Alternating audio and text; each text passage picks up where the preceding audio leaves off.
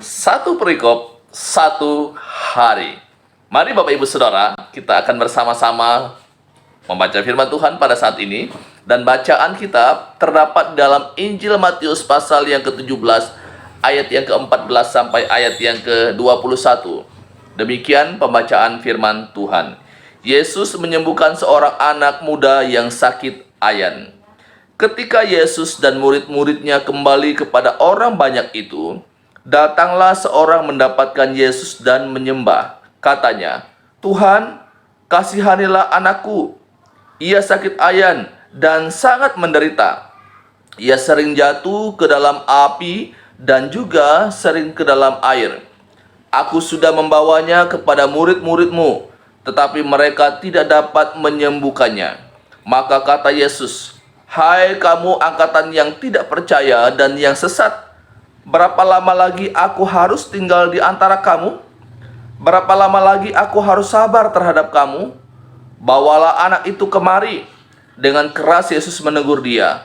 Lalu keluarlah setan itu daripadanya dan anak itu pun sembuh seketika itu juga. Kemudian murid-murid Yesus datang dan ketika mereka sendirian dengan dia, bertanyalah mereka, "Mengapa kami tidak dapat mengusir setan itu?" Ia berkata kepada mereka, "Karena kamu kurang percaya.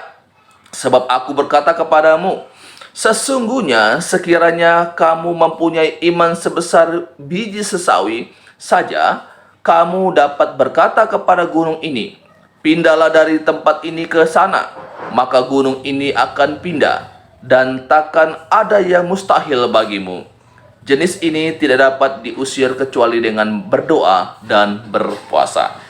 Bapak Ibu Saudara yang dikasihi oleh Tuhan Yesus Kristus, di dalam pembacaan kita pada saat ini, kita mendapati di mana seorang yang sedang sakit ayan dibawa kepada Tuhan Yesus. Dan Yesus kemudian menyembuhkan dia, mengusir setan yang merasuk dia saat itu. Dan yang menariknya adalah murid-muridnya datang bertanya kepada Yesus di dalam ayat yang ke-19. "Mengapa kami tidak dapat mengusir setan itu?" Mereka bertanya, mengapa mereka tidak dapat melakukan hal yang seperti yang dilakukan oleh Tuhan Yesus. Kemudian dalam ayat yang ke-20 Yesus katakan, Ia berkata kepada mereka, "Karena kamu kurang percaya." Ini yang menjadi persoalan para murid-murid Yesus. Kurang percaya akan kuasa Tuhan.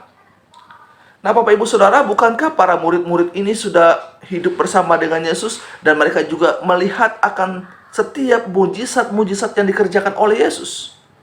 Tuhan Yesus menyembuhkan orang-orang yang sakit, orang lumpuh, orang buta, dan bahkan orang mati sekalipun dapat dibangkitkan. Mereka melihat akan mujizat-mujizat ini. Memberi makan 5.000 orang, 4.000 orang diberikan makan. Mereka semua menyaksikan akan keajaiban-keajaiban yang dilakukan oleh Tuhan Yesus Kristus. Tetapi Bapak Ibu, kita lihat di dalam bagian ini, kembali lagi kemudian mereka meragukan akan kuasa Tuhan. Bapak Ibu Saudara, kalau kita melihat kehidupan, keraguan yang ada pada murid-murid Tuhan Yesus, sesungguhnya ini adalah gambaran kehidupan rohani saya dan saudara juga. Bukankah ada masa-masa kita begitu bersemangat, begitu antusias dalam mengikuti Tuhan, begitu antusias dalam berdoa, dalam melayani Tuhan, dan kita begitu percaya akan pertolongan Tuhan dan kuasa Tuhan kepada kita. Tetapi ada masa di mana kita juga merasa sangat tidak berdaya, merasa tidak mampu untuk menghadapi berbagai macam tantangan-tantangan dan kesulitan hidup ini.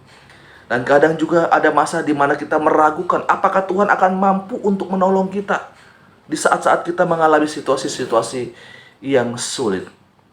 Ada turun naiknya perjalanan kehidupan rohani saya dan saudara. Jadi ketika kita melihat perjalanan iman dari para murid-murid Yesus, itu sesungguhnya menggambarkan tentang kehidupan iman saya dan saudara juga di hadapan Tuhan.